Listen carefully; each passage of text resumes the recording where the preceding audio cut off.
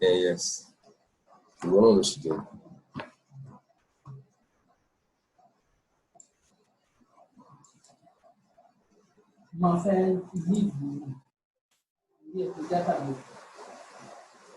Your video.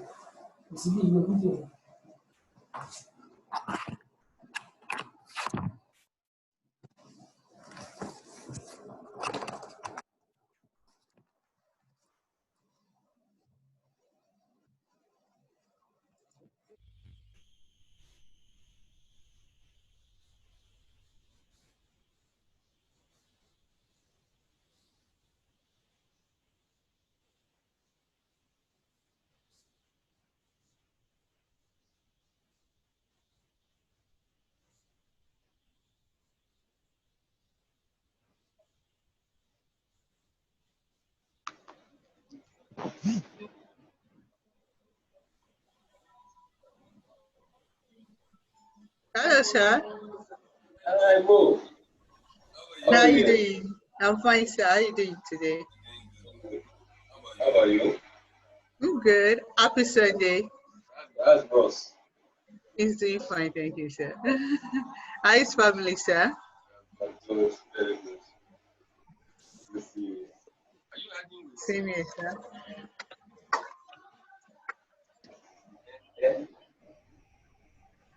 Let me wait.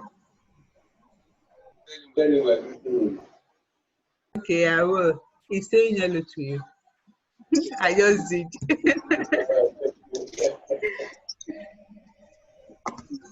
All right.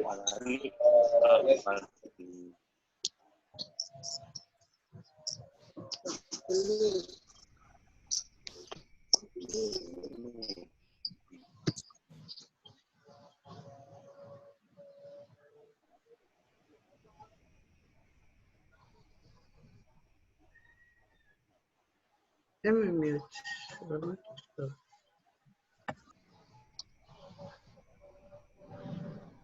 Ṣe kankan ní fídíò yẹn wà lórí mi. How can you hear me?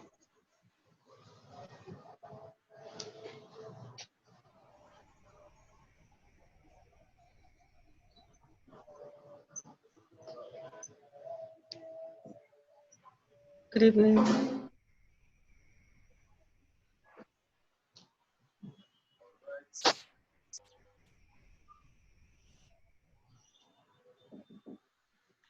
Yep. The what? The assignment. How many of us have done the assignment? I think we have about 3. The ACE, then the Udo thing you are, and the one I asked you to do online. But that particular one, you might not submit that. You might it's just to discuss it and how you can use it to help your people. I can see boss lady, I can see your hand up. You want to talk?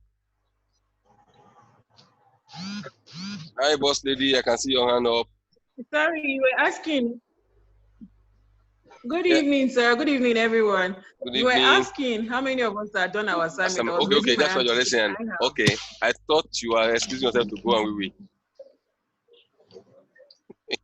Hello. Yes, I said when I saw your hand up, I thought maybe you want to excuse yourself to the toilet and come back.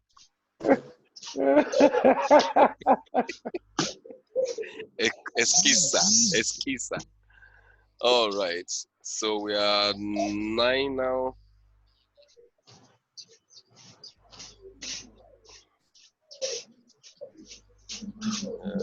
I did all the three, okay. Beautiful Sunday.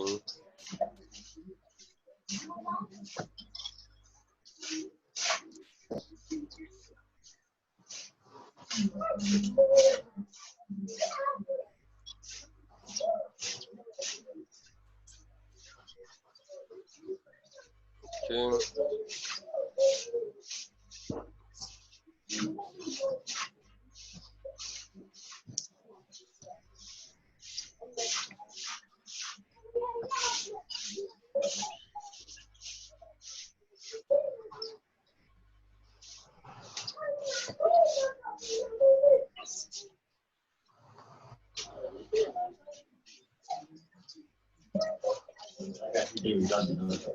All right. While we wait for other people, today we'll try and answer questions, your questions from the previous, from the 1 and the 2, and then today we'll do personality assessment. Told you that dadiness was too much. Meet or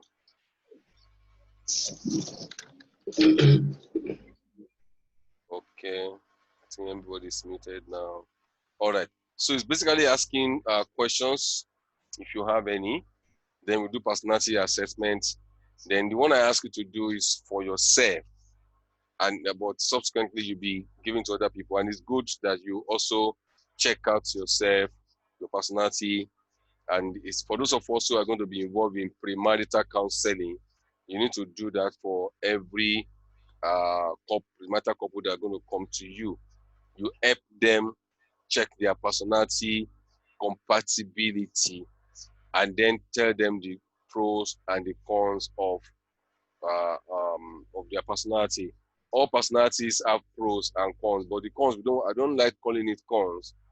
That would look like a disadvantage, but we all have one or two things to work on. Precious is struggling to enter it. So, if for example, let me give an example. There was time I had this couple, premarital couple, and they were always arguing. Why? The guy likes to call. The lady normally drop her phone somewhere, and he would see about the fiance 6 or 7 calls, and to even send the common SMS is like a burden to her. She rather prefer to use her mouth to talk. So and became an issue. But when I did this assessment for them, I tried to put side by side. This is the kind of person she is. It does not mean she's not responding to your call. Does not mean she's nonchalant or does not want the relationship again. It's just our own style of living her life. It doesn't mean she's a bad person. It doesn't mean that both of them need to adjust. Okay, this 708, I think we can start now. We are 12 of us here, so others will meet us as we go. So can we start with questions? Does anybody have questions? You can put it in the chat box, so that we can start with questions from day 1 and day 2. Please put it in the chat box if you have questions. Some people have asked their questions privately, but I would prefer us to ask it generally. Like somebody asked me, what does it mean to pace a client? So I explained and I put it on the WhatsApp on our WhatsApp group, so that others can also see what it is. So pace simply means that you are working with your clients without rushing the person. So you take each emotion as it comes at a time, while the person is the one taking the lead. So to say, you are the one doing the counseling, but because counseling is client-centered or person-centered, meaning it is the person that you are trying to help. So go at his pace or at our pace. All right. Good evening to everybody that's greeting us here. Okay. At what point do you determine it is time to let a client go? Yes. At what point do you think you need to allow let the person go, as in release him, or you think the person is not serious? Please, can you shed more light on that, Omotola? Let your client go in this in what sense? Meaning the person is not cooperating, and you want to allow, you just let the person go up, or the person has cooperated and you think you have finished what you are supposed to do in the person's life.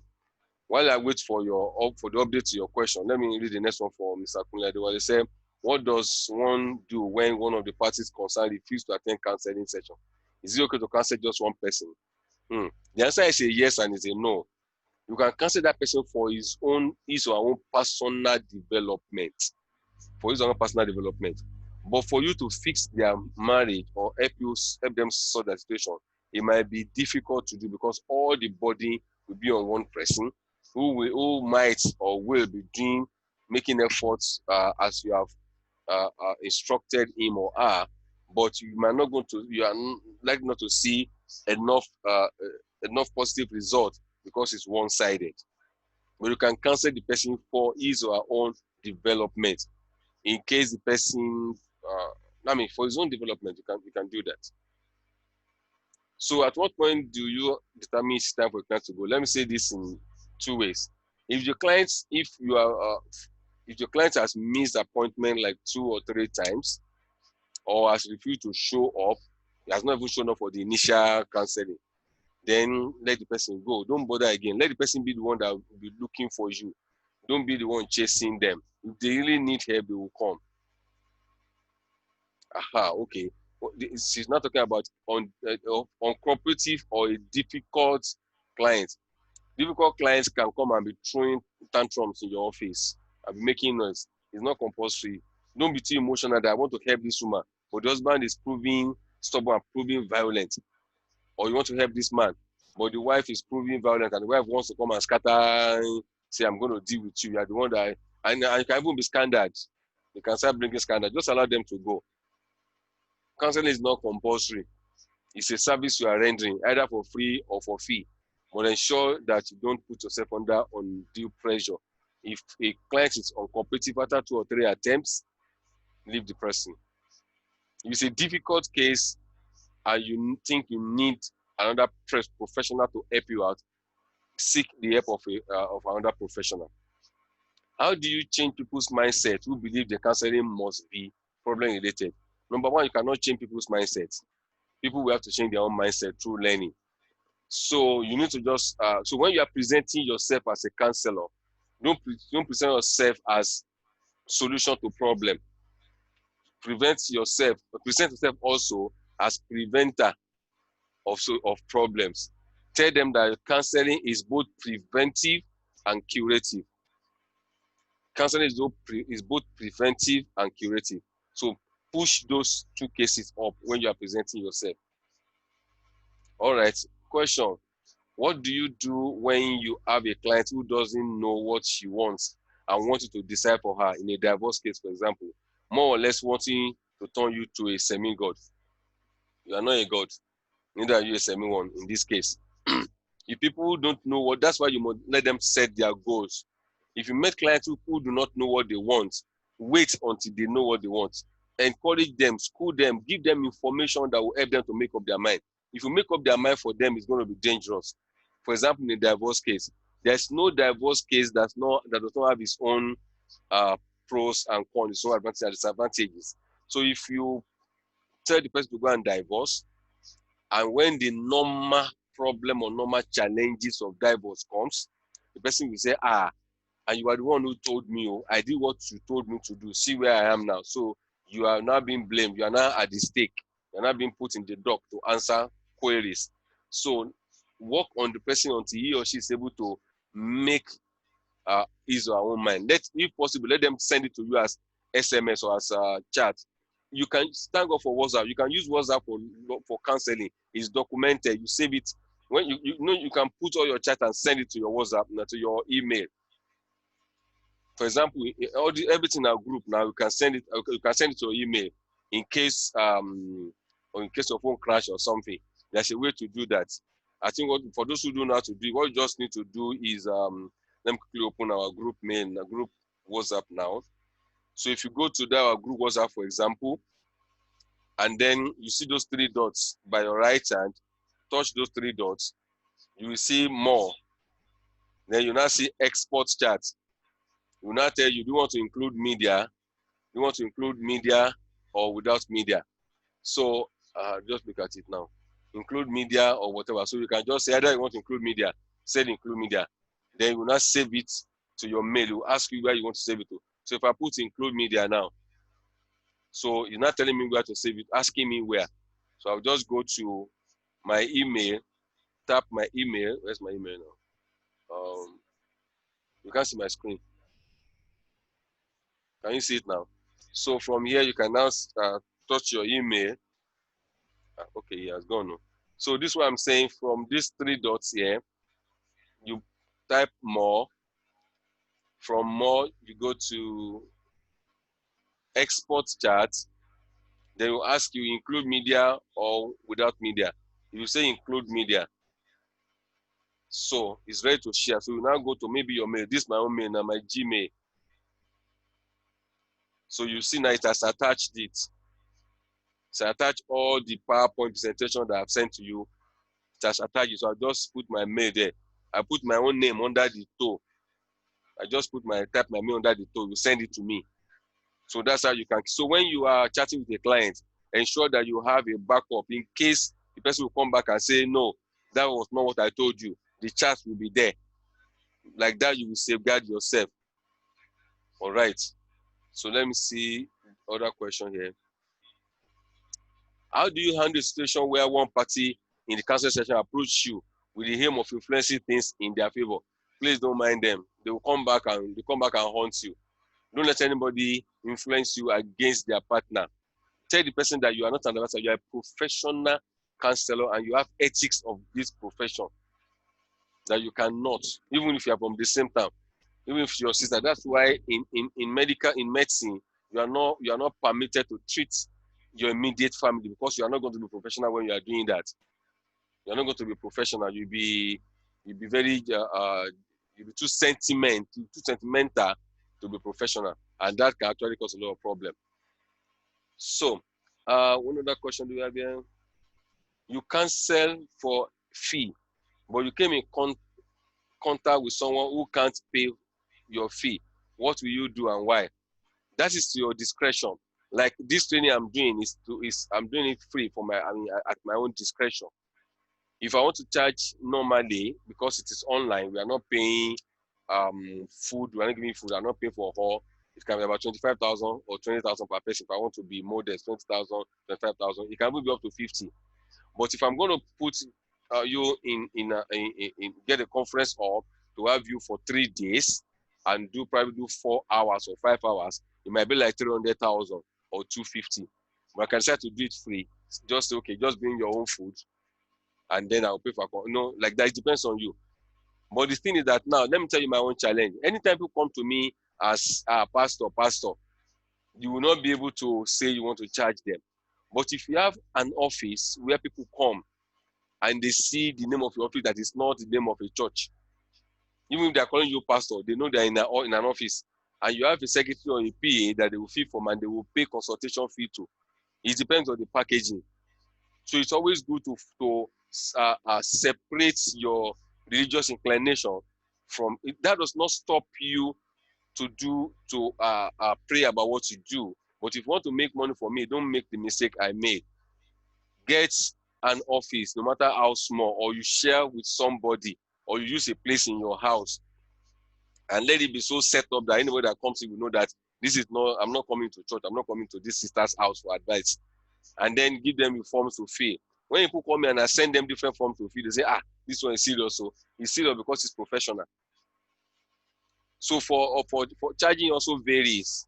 For me, I charge 25,000 for initial counseling. The very first visit is 25,000. Initially, I was not charging for initial visit. I would just say, come, let me talk. I found that I would have given them all the answer that they want. I remember a particular case, as I'm talking now. The lady engaged, that woman can talk, oh my God.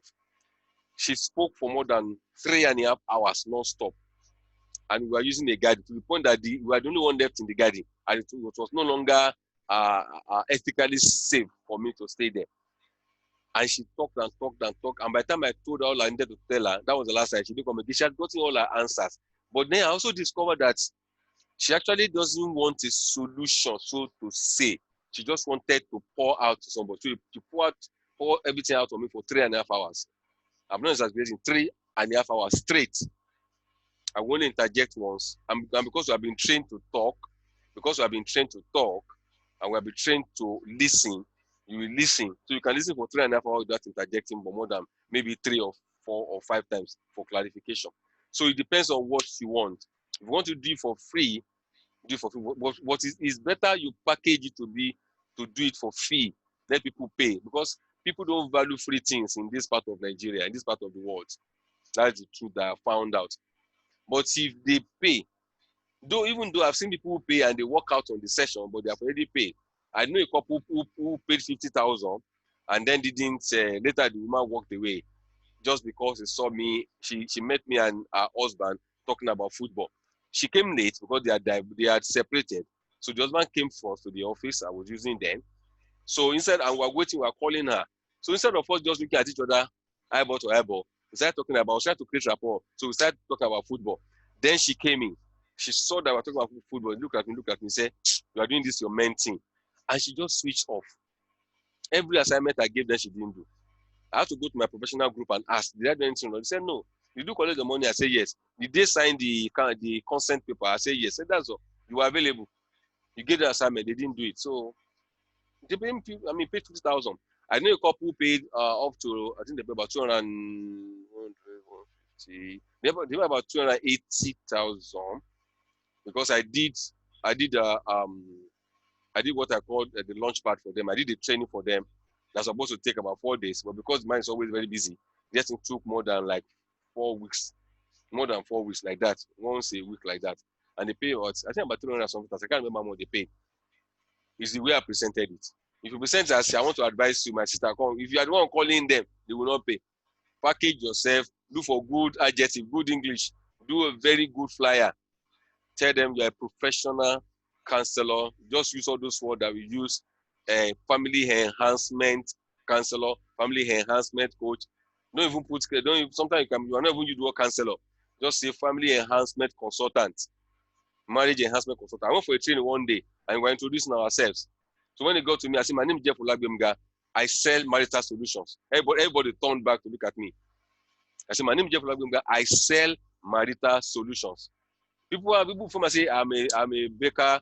I sell this and that. I'm an interior decor. I sell this. When they got to me, I said, my name is Jeff Olagbemga. I sell marital solutions.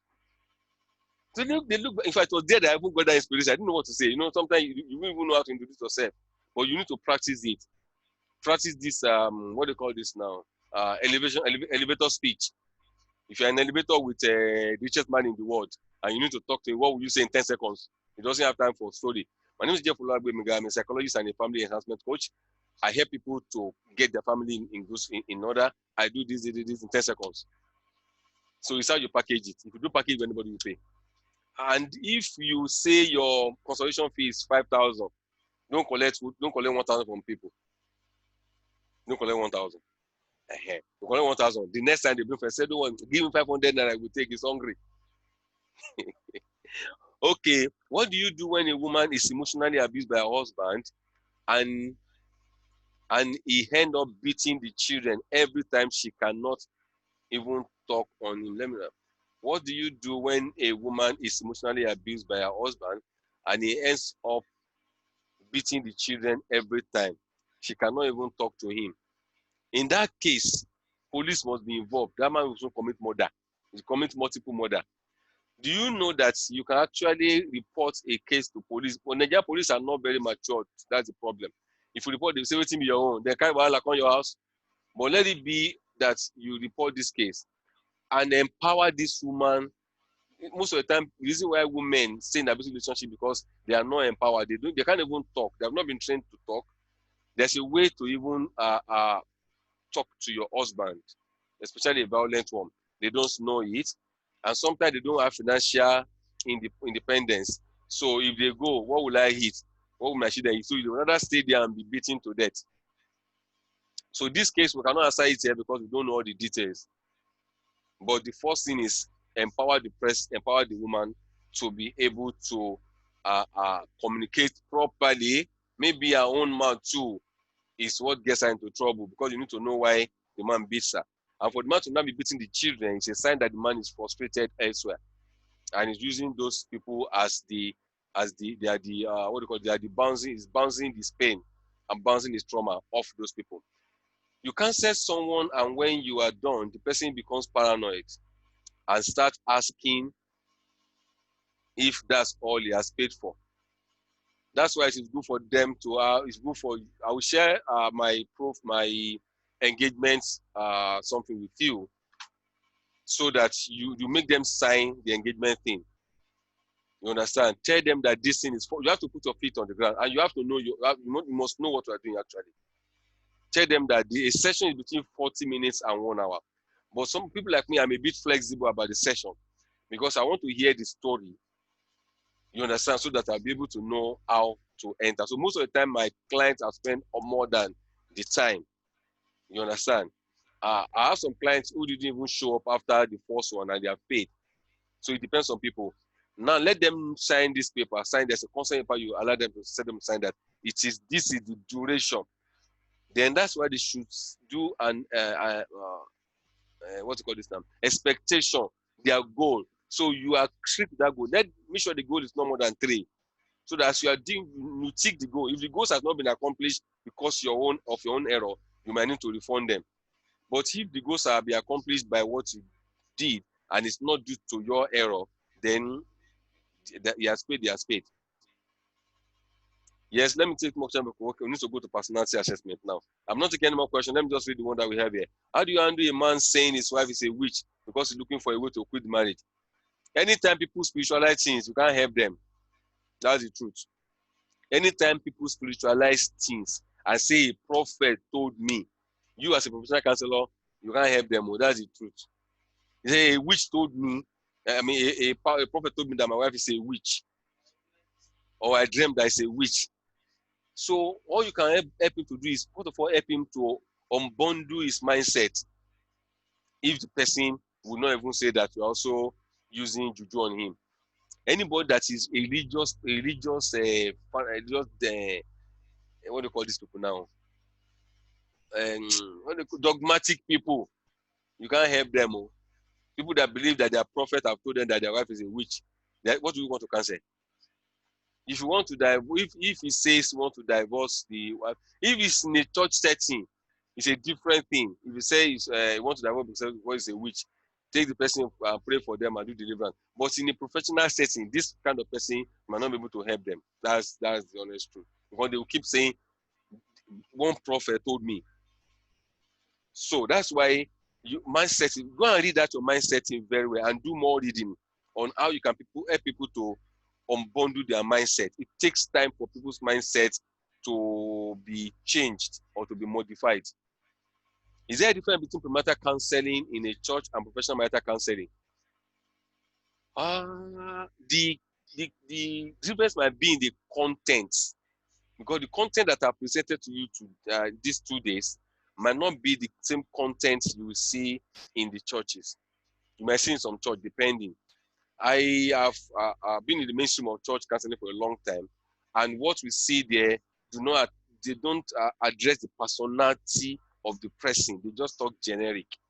So I will not be able to say one is better than the other. The difference is that one is Bible based, but what I'm teaching here for these 3 days is a general teaching that you can biblicalize to suit your own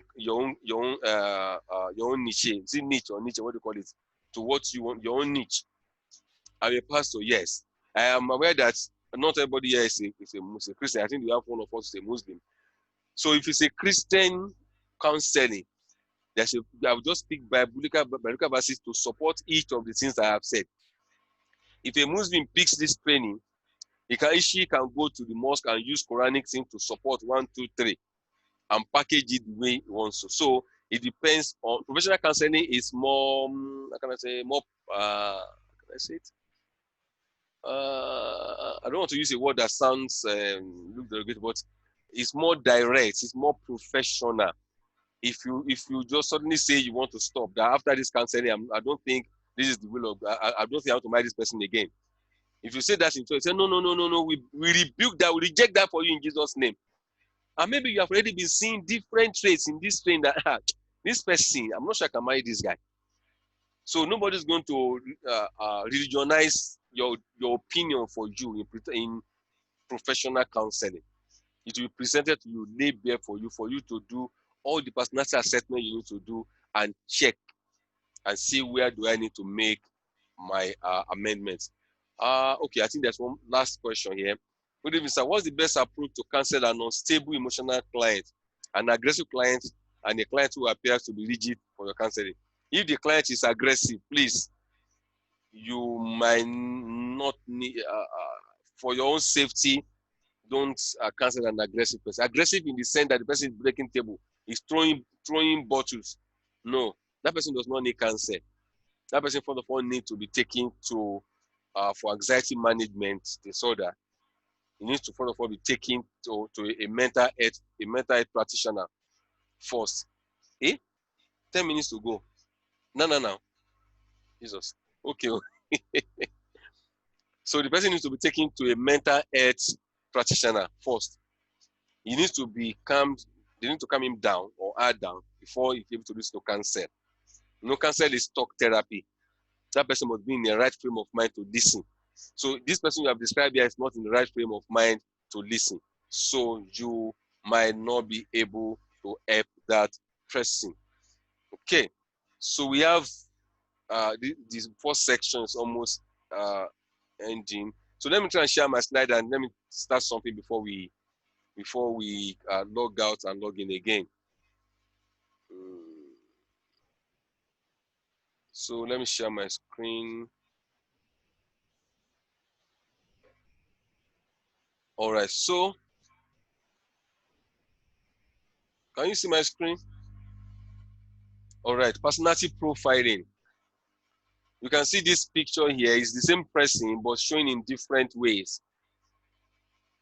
And just like that, our personality too, we differ from one another in terms of personality. And the same personality can present in different way under different circumstances or different situations. So the reason why we are doing this is for you to do a self-scan process. That's why I sent you the questionnaires I sent to you. Too often, what I like in others is more about it's more about what I am and less about what I dislike in them. Therefore, if I made the changes in myself, I am less likely to criticize the faults in another. That's a man called Craig Lunsbro. He said, too often, what I dislike in others is more about what I am and less about what I dislike in them. Unfortunately, that part of you that you are not able to handle, if you see it in somebody, you will hate the person. It's not the person that you actually hate. It's because you have not been able to handle that. It's an unconscious way of responding to the need for change in our life. He says, so therefore, if I make the changes in myself, I am less likely to criticize the fault in others. And Jesus said something, and he said unto them, you will surely say unto me this proverb, physician, heal thyself. Whatever we have had you done in Capernaum, do also here in their country. So what I'm saying is this, that you, as a person, need to, first of all, check your own personality. Check your profile. That's why I send those things to you. I'm going to project one of them now. The AC. Okay, let me project this. All right. Please, can you see my new something? What can you see? Okay, good. So this is the thing I sent to you initially. Who do you think you are? There are several personality test questionnaires, several, hundreds of them. But they are all meant to direct you to understanding who you are. So before you start giving this thing to people, do it on yourself first.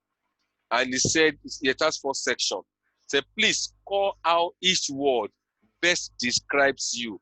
1, if you put 1, means that's definitely not me. Putting 2 means that's usually not me. 3 means that's usually me. 4 means that's mostly me. 5 means that is definitely me. So going through each of them, say, are you emotional? Are you an emotional person? If you're emotional, you put 4, for example, or you put 1 if you are not, or you put 5 if you are, I'm very emotional. Are you egoistical? Do you interrupt others when they talk? Are you compassionate? Are you impulsive? Are you disorganized? Are you impractical? Impractical means you live more in a fantasy world. Are you funny? Are you often forgetful? Are you easily discouraged? Are you very positive? Are you easily angered? Are you undisciplined, extrovert, refreshing, lively or spirited, weak-willed? All these, you answer them one by one. And then at the end of the day, you had all the places where you score yourself 3, 4, and 5. You had them together. If you score 3, score yourself 3 here, for example, 3, 1, 2, 4, 5, 5. So if you had, you only had 5 plus 5 plus 4 plus 3. You leave out these 2 because the presence of 4, 5, 3, 4, and 5 had made this one to be insignificant. So you had it like that, and you put the something here. So depending on your score, let me now say that this person scored 77 here, and scored 99 here, and scored 65 here, and scored 63 here. Means that this is the most predominant personality of this person. So this is actually what we normally call this person is the sanguine, the normal sanguine. There's different, I'll teach you another, we have other ones too, but let me just talk about this today. This is the most popular one. This is the sanguine. This is the choleric personality. This is the phlegmatic personality. And this is the melancholy. This is the melancholic.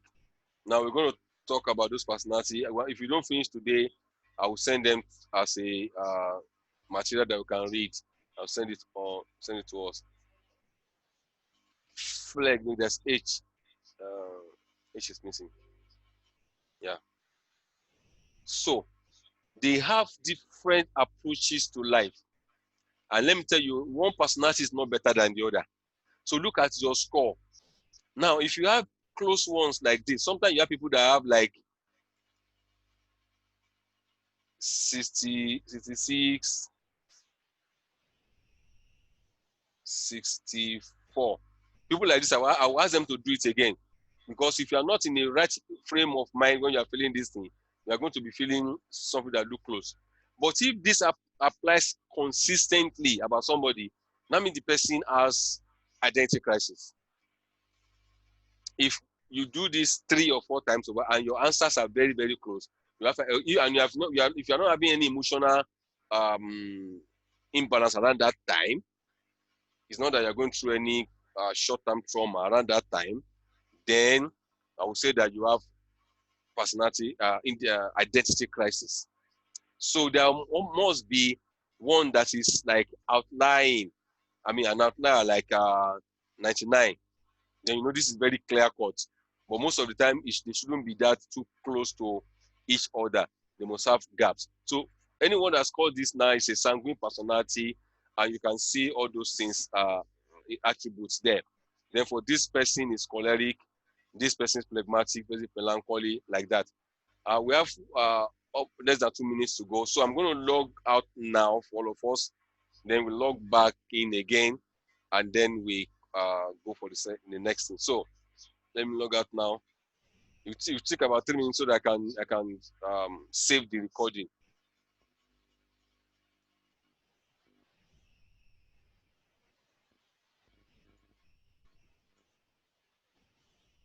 Okay, see you in 2 minutes time.